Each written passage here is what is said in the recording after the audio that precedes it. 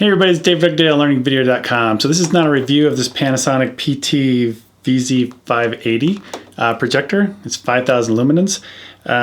It's not really a review because I've never reviewed a projector before. Mostly I do cameras. So this is very new to me. I've never owned one of these before.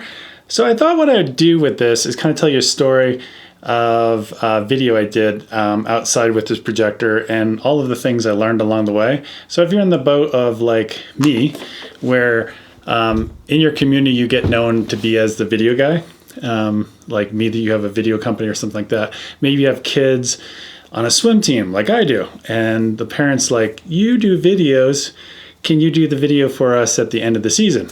That kind of thing. You get roped into doing these type of events. I've had to do a lot of these type of events at my local school, local community events and stuff like that, because you get known as the video guy, and I like to help out. I like the sense of community and all that stuff. Previous family that had been doing the video before had their own projector.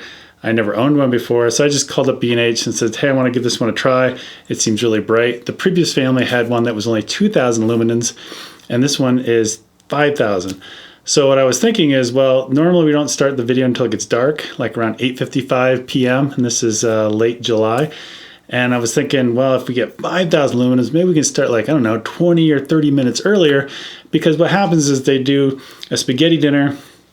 After that's over, they do kind of award ceremony, and it usually gets to about 8 o'clock, nothing's happening, and people are like, all right, where's the movie? We want the movie now. And people start leaving because they're just like, oh, I'm not going to wait until it gets dark. That's another 55 minutes from now. So with this projector, it's a lot 2.5 times brighter than the other one. So I was thinking I could use it for that. So that's why I got it. So what I thought I'd do is run through all the different things that I noticed, things that I learned about, and pitfalls that you might run into if you're in the same situation where you get roped into doing an event and you have to display your own work. The first one was I used my daughter's laptop, and she had set something in there that was really odd, where I think at around 8:30 p.m., right around the time I was showing it, the color temperature of the screen turns very orangey or warm, and I guess it's to alleviate or help you go to sleep easier at night or something like that. I think it's very similar to like your iPhone. You can have it set to do that too, where it gets very warm before or after a certain hour. Luckily, I had done kind of pre-screening out in the backyard, and I set it up, and I was looking at it, I was like, man, I color graded this. I did all this work on this video. It's like a 25-minute long video. I was like, man, it looks awfully warm. I'm gonna have to calibrate this thing because it's just terrible.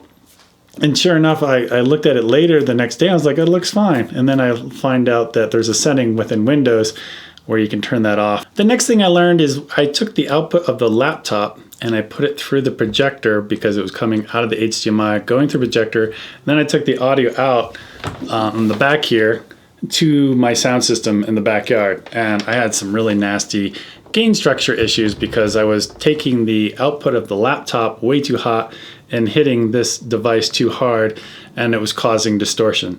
So the basic fix for that for me was to take the HDMI out of the laptop, bring it to the projector, but then also within Windows, you can say, I want to kind of separate or segregate the video from the audio. So then I just took like the 1/8" connector from the laptop and sent it to the sound system, and I was able to adjust the gain structure just from the laptop, and I was able to get rid of the distortion. The next thing I learned is this thing will overheat outside. It was 87 degrees when I did that test the first night, and it with its brightest setting, there's like a Eco 1, Eco 2, and I think there's another setting which is full brightness, and I had it on full brightness, and at 87 degrees it did start to overheat, and it wanted to shut itself down, which I was like, oh, that's not good. So I had to quickly learn, if it was going to happen, I could go to the Eco 1 or Eco 2 and make it dimmer, but have it not shut off during the whole movie, which would have been embarrassing. Now, there's a lot of different settings. I went through all of them, played with them several times. One of them that was auto keystoning, and it actually worked quite well when you were close, and it was really close. You had it lined up pretty well. It kind of auto senses the edges or something. I don't know exactly how it does it, but it fixes the keystoning issues. The night of the actual event that we had, I had to actually manually go in and do it because the screen was up here and the projector was so low pointing up that I guess the auto keystoning didn't work. And again, I'm no pro on this, but basically the concept was I wanted to get the projector as close to the screen as possible. So basically unzoom it. There's a zoom control on here, and then refocus it. So it's as close as possible to the screen to get the most light output. My idea was if I pulled back farther and I zoomed in onto an image, the light hitting the screen would probably maybe give the inverse square law, maybe, wouldn't be as bright.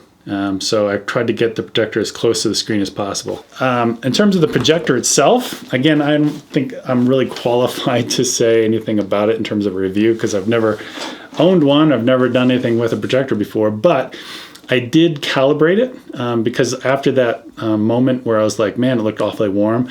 So I calibrated it with my, my probe and the software. And after I calibrated and I fixed all of the laptop issues, it looked fantastic because I spent so much time color grading it in DaVinci Resolve and then bringing in the projector, and when it was really dark outside and had all that contrast, it looked great. I mean, it looked really, really, really, really close to what I had on my screen here, my LG display, which is, you know, I calibrate as well. But it was super bright, much brighter than the previous person's projector. And we were able to start it probably, I think we started at 8:35 instead of 8:55. So it bought us some time in terms of people leaving before the actual movie started. So I know this is kind of rambling, but I thought if anybody else is in that same situation, those are the things you might look out for when you're projecting your work outside when it's raining, and hopefully it won't overheat and all that stuff. It was like, will this thing actually make it through all 25 minutes without getting, you know, shorting out because of the rain or overheating? All right, that's pretty much it. I'll talk to you guys later. Bye.